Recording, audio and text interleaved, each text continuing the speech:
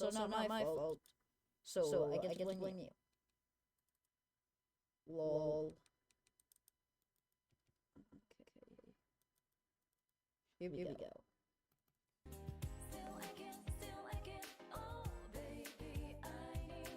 How's this channel?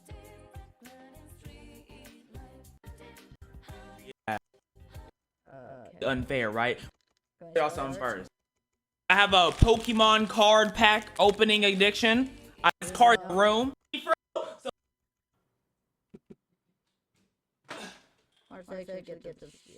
Donated $4. Imagine being able to build an app with your name. Sorry. Don't make enough money from this stuff.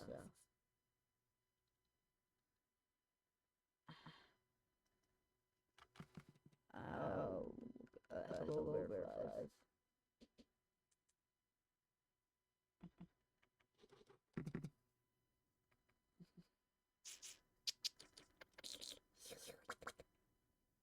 Valkyrie,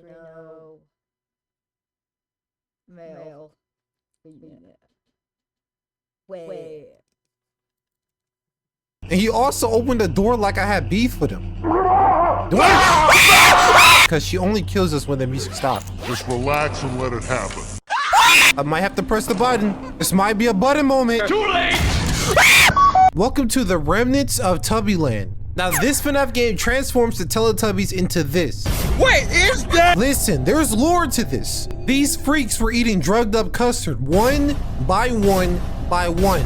I even tried to warn them. One day, Tinky Winky discovered a leftover pot of custard. His greed consumed him as I tried to warn him not to consume the tubby crack. Yet he did anyway. His greed consumed him. Stop! Don't eat that! I'ma eat it. No! And this is also done by the same person who created this little bundle of joy. Look at him. He doesn't bite that much. Oh, hell no! So based off that knowledge, I already know this video is about to get crazy. And guys, y'all... I love this guy, okay? What? 1 second. The Tubbyland Archives Act. Meet Oswald. He's That's all I have to say to you, Oswald. Ugly crack it. I must have already noticed. We are almost at 400K. We're chilling right now. Okay. Yeah. Ransomware.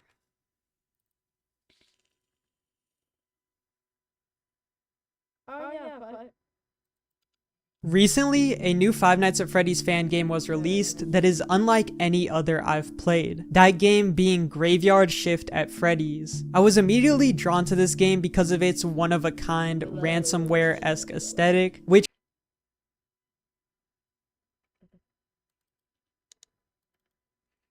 back mentioning Circus Baby's Pizza World, as well as these candies on our desk, which are, well, a reference to Five Nights at Candy's. After getting to 6 AM, our first night is concluded, but our work is not done yet, as we have another task to complete before moving on to night 2. We are now on to parts and service. We enter the basement of the pizzeria and are immediately greeted by a different person on a recording. I no longer play on our new task, that being removing Bonnie's module from his head and replacing it with a new one. Sounds easy enough, however there's also one more thing to worry about, that being the corridor behind us, which is harboring an old animatronic, who according to the phone guy was stored down here after an incident, something we'll learn more about in a little bit. Luckily while doing our parts and service, we aren't completely defenseless against this thing though, as we are actually armed with a stun baton that can be charged up by holding down the button. The recording then ends and we can now get to work on the repairs. This section, while not too hard, is pretty stressful. Not only do we need to turn our back on Tootsie, who is the animatronic down here with us, but they are also capable of running at insane speed. Like, just look at this. This means that if we don't have our stun baton charged by the time they reach us, we're pretty much screwed. Seeing the animation of Tootsie running towards you is really surprising the first time around, and definitely caught me off guard. The jump scare, much like all of the jump scares in this game, is also really well animated, making it just that much more shocking. Also, after dying to Tootsie, we see what I assume is the incident that the phone guy was referring to depicted to us through this drawing, which would explain why half of Tootsie's body is burnt off. You'll see later that there's a lot more of these post-death screens, which I just think is a really cool feature. Anyways, like I said, replacing Bonnie's module isn't too hard.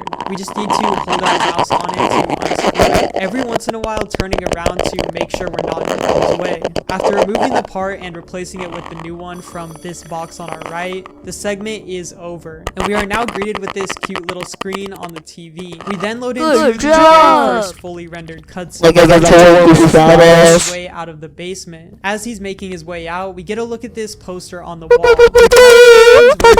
Spring Bonnie and Spring Freddy. However, just as our character is about to leave, his attention is diverted by a sound of some music playing in another room. This causes our character to turn around and investigate the sound for himself. What you do today changes what you need tonight. Get personalized comfort from Sleep Number. Oh.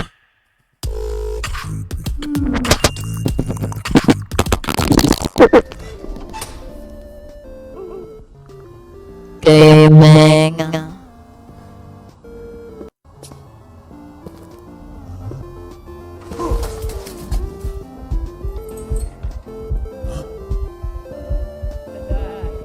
Was that a hand? No. Entering the room, our character comes across whatever this is that very quickly moves off camera, not letting us see what it truly is, and our character just completely ignores it, deciding to instead just hop right on the arcade machine. This kicks off the first 8-bit minigame section. In this one, we play as Freddy. The dialogue box expresses that he needs to go around and talk to all of the other animatronics. In this innocent and harmless minigame, we get to explore the pizzeria, exchanging some silly dialogue with the cast of animatronics. This is pretty neat because we get to see the different personalities of these characters that were given to them by Fazbear Entertainment. However, these minigames aren't all sunshine and rainbows, as after reaching a certain point in our causing an area of the pizzeria to become corrupted. Entering this newly corrupted object leads us to something much darker. We can see what appears to be the spirit of a missing child, very similar to something we'd see in the FNAF 3 minigames. Exploring around in this newly corrupted map, we eventually come across a Freddy plushie, which we are able to give to the kid, ending our very first minigame, but not before we are flashed with a couple of drawings, which depict the perspective of the child during the events that led them to eventually possessing the animatronic of Freddy Fazbear. Seeing these events, which normally take a backseat in FNAF stories, actually shown to us in this perspective is incredibly disturbing, especially with words like "where am I" and "I can't move" appearing on screen during the whole thing. It lets you sympathize with the animatronics and the victims trapped inside of them more than you normally would, and also begins to paint a picture of who the real antagonist of the game is. After that already insanely eventful night 1, we are now onto our second shift. It starts off with us once again getting a call from the daytime security woman who congratulates us on our first night. She then, a couple days ago, which reminded me a lot of that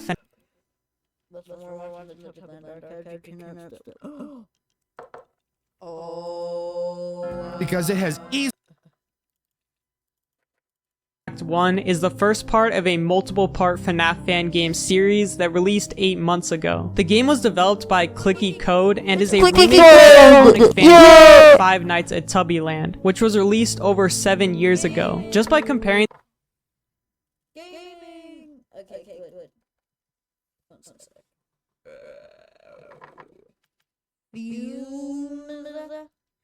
Fumes. the two games' game jolt pages, we can see how much the developer has improved over the 7 years since the release of the original title. Each render shared on the game jolt page showcases the insanely high detailed animatronics we will be facing, as well as the horrifying environments the game takes place in, and even some hints towards the game's lore. But is the game actually good? Well, that is what I'm here to find out today. So, if you're just as curious as me, then join me as we do a deep dive into the Tubbyland Archives Act 1 to see if if the remake is really all that good.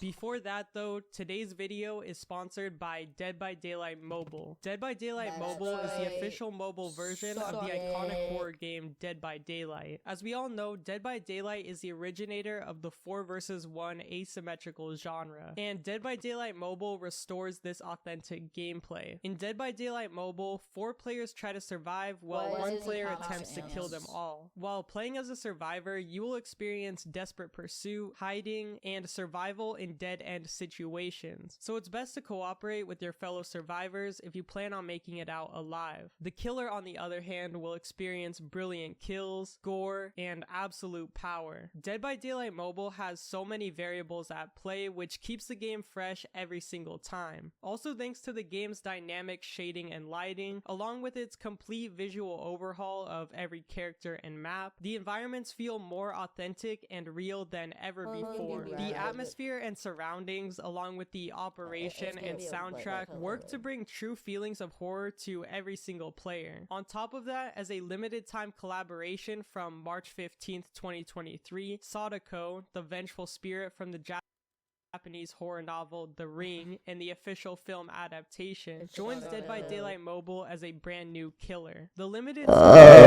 Sleeping Blossom will only be available from March 15th to the 28th. Download Dead by Daylight Mobile using my link in the description. Thank you so much to Dead by Daylight Mobile for sponsoring today's video. $10 for a large, $10 for any 3 toppings, $10 only at Pizza Hut.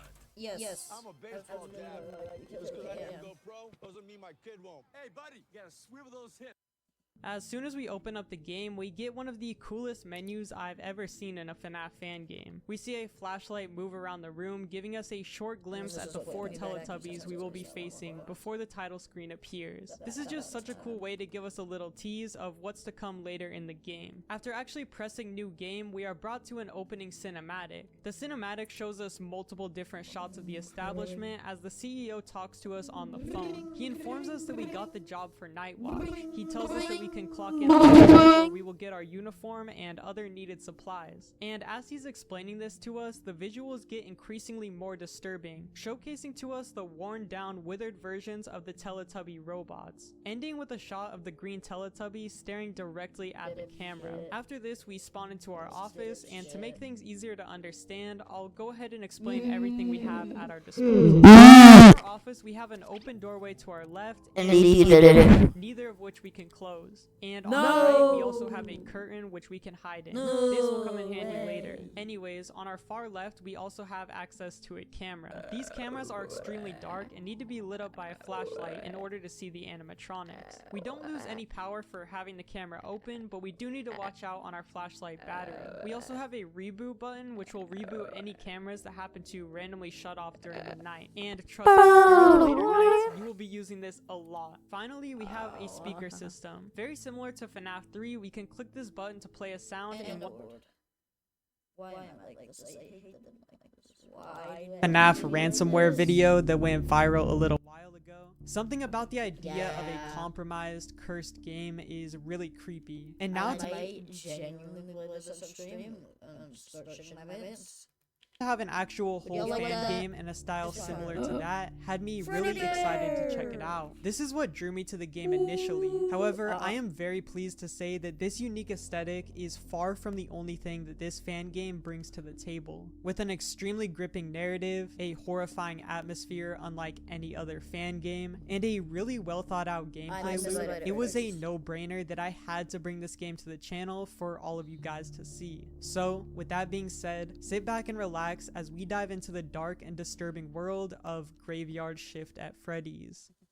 Before that though, today's video is once again sponsored by Red Magic. This time, I'm teaming up with them to show you guys the new Red Magic Nova gaming tablet, which is designed for this video.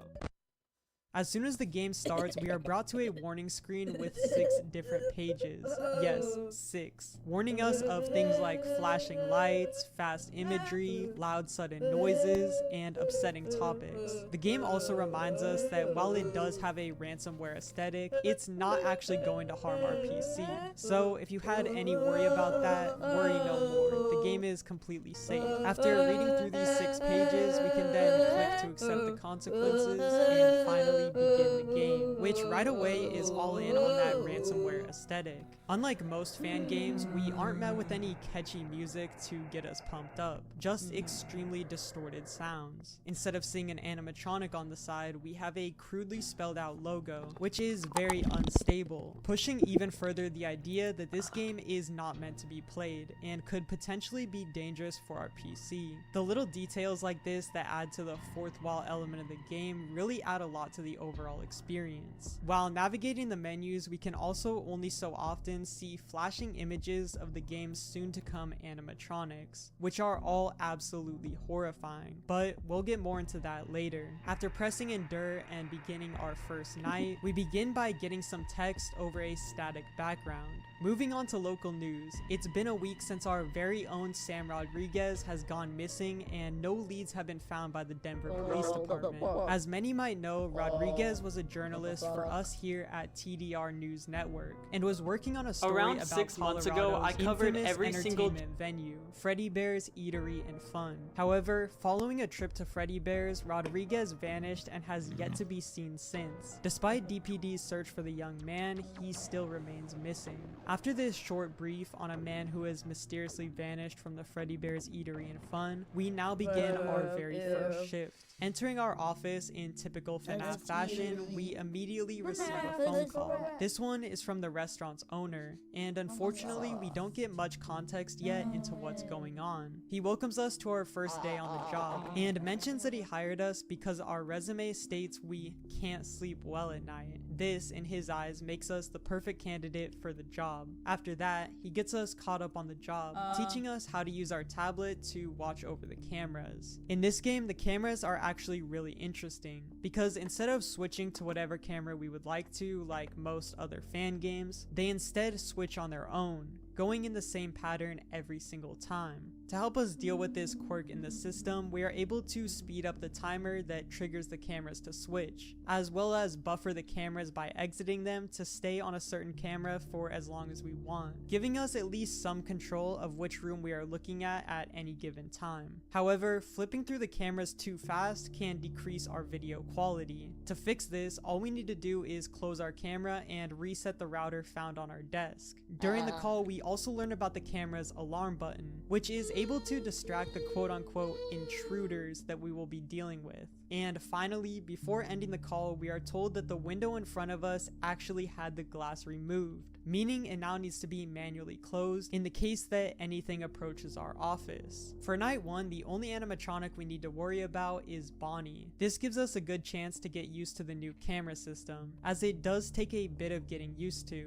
Because of the way it works, there is a lot more room for error throughout the night. For example, if you accidentally pass a certain camera, you will now need to loop all the way back around in order to return to the one you want to see. This leaves the player with 2 choices: wait on the next camera for the animatronic to follow, or cycle all the way through, risking losing track of the animatronic entirely. This adds so much more tension to the nights, as it introduces moments of vulnerability to the game, where you will have to go off of your prior memory to know where certain animatronics are. Making these kinds of mistakes costs you precious time, which in the later nights will without a doubt lead to your death. So it's important here that we get the hang of it as soon as possible. As for Bonnie himself, he begins on the show stage with Freddy and Chica.